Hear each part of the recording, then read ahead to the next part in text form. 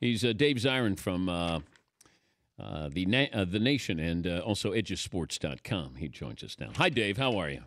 Hey, great to be here, Dan. Thanks for having me. What did you expect yesterday with Steve Bisciotti, that press conference with the Ravens?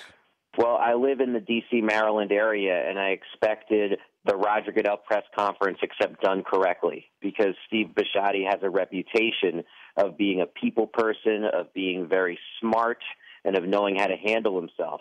Instead, we got Dan Snyder up there. We got the anti-Bisciotti. I was really surprised by the entire thing. If there was an overarching theme or review of Steve Bisciotti's performance, it would be basically him saying, you know, Roger Goodell might have made you think that we're sensitive to these issues, but guess what? We're not. Where's this story go now? I mean, it could go a bunch of different directions. I mean, from a media or public perspective, the whole Donald Sterling imbroglio with the Los Angeles Clippers immediately raises a question that was never a part of these discussions in the past, save for Marge Schott, which is whether Steve Bisciotti is even fit to own the Baltimore Ravens, given how he handled all of this, and especially given his comments yesterday about him saying he wasn't curious to see the video because it could have forced him to change his mind. He said he believed that Ray Rice only slapped Janae but didn't punch her. He felt that distinction was important. He said he was very concerned about false accusations and gold diggers. And he said, I mean, the exact words he used were he said he was scared the players would get a scarlet letter. So that's, I think, one of the places the story goes. I mean, one of the people in the media scrum even asked him if he thought he would have to sell the team. And he said, well, if I have to sell the team, then I'll sell the team. I mean, so we really are in pretty uncharted territory here. Do you think that he covered up any part of this?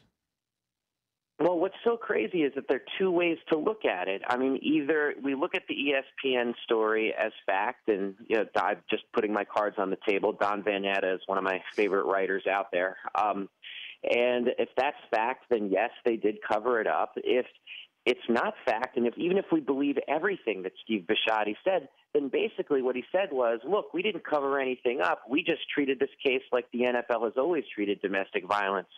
We didn't care. Is it a cover-up by laziness or arrogance? I think it's a cover-up by institutional inertia on the question, frankly. That's what all of this points to. And you see, I mean, because if it was the kind of cover-up where they were desperately concerned with not having this issue out there in the public, then you wouldn't see the zigzag reactions once it's hit the light of day. He's Dave Zirin, edgesports.com, the Nation sports columnist joining us, Dan Patrick Show. We have kind of merged further and further away from Ray Rice. That it's almost as if Ray was standing and the spotlight was on him. He was there, everybody was around him, and then everybody left, and he's just standing there, probably saying, "Where is everybody? Where did everybody go?" That's what I think is bizarre about it. It went from Ray Rice to the commissioner, now to the Ravens. And I don't know if jobs are at stake or a franchise is in jeopardy. A commissioner could lose his job, all because they mishandled Ray Rice's situation here.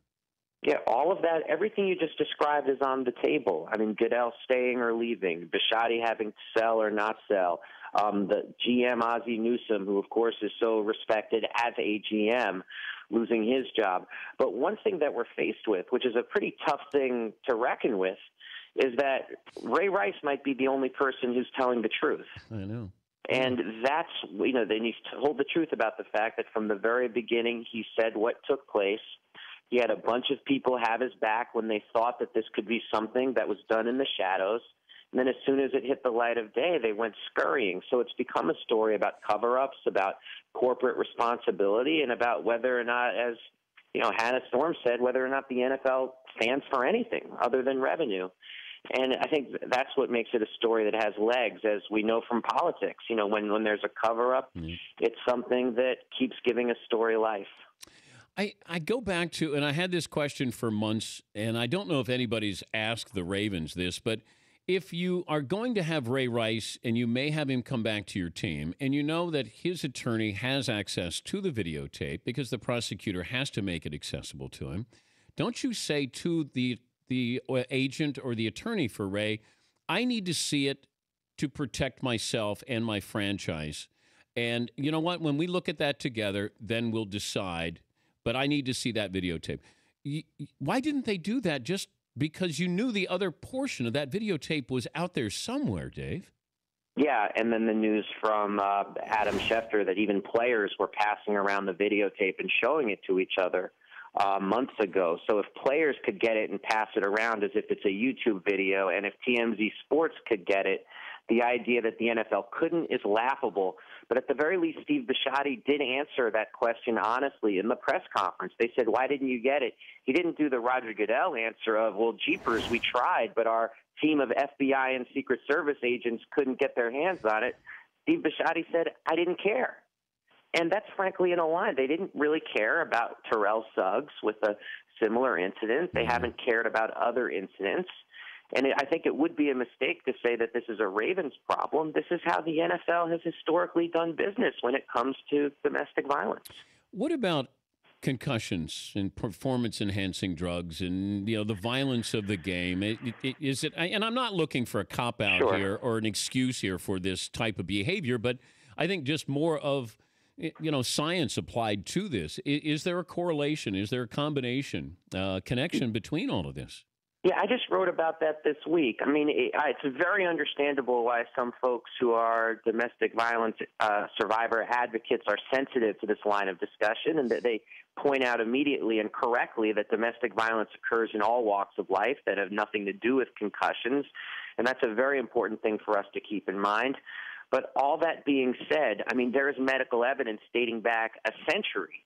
I just tweeted something today, an article from 1907 sent to me by the great Professor Lou Moore that talked about the ways in which head trauma in sports can lead to erratic behavior and violence. And I've also, in the last month, I've interviewed 3 different women who are NFL wives who are survivors of domestic violence.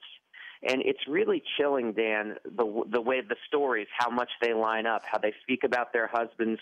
It starts with migraines, and then there's this frustration, and then there's this anger because they can't remember things, and it gets them more and more frustrated, and then they lash out. And each one, I interviewed them separately, described the look over their husband's face before they lashed out, where they said, I didn't recognize this person. It was a look I'd never seen. And we know that frontal lobe injuries lead to the inability to control certain impulse behaviors, and it's hard to imagine a more frontal lobe intense activity than the repeated helmet collisions that take place in the National Football League. And then I'm watching LaShawn McCoy trying to get his helmet from the equipment guy on the sidelines, and he somehow got cleared to go back into the game this weekend. Yeah. It's crazy. You're right. I mean, it's great, and this is why, it's this is one of the things I've been saying. Some people are disagreeing with me a lot, but look, the NFL as a popular sport isn't going anywhere. People aren't going to turn away from it overnight, but I do think that there is a much broader societal evolution taking place away from the National Football League, and in 50 years' time, I mean, it's going to have a much different and much smaller audience. Great to talk to you, as always, Dave. Thanks for joining us. Thank you, Dan. That's Dave Zirin from The Nation, sports correspondent, columnist at JustSports.com.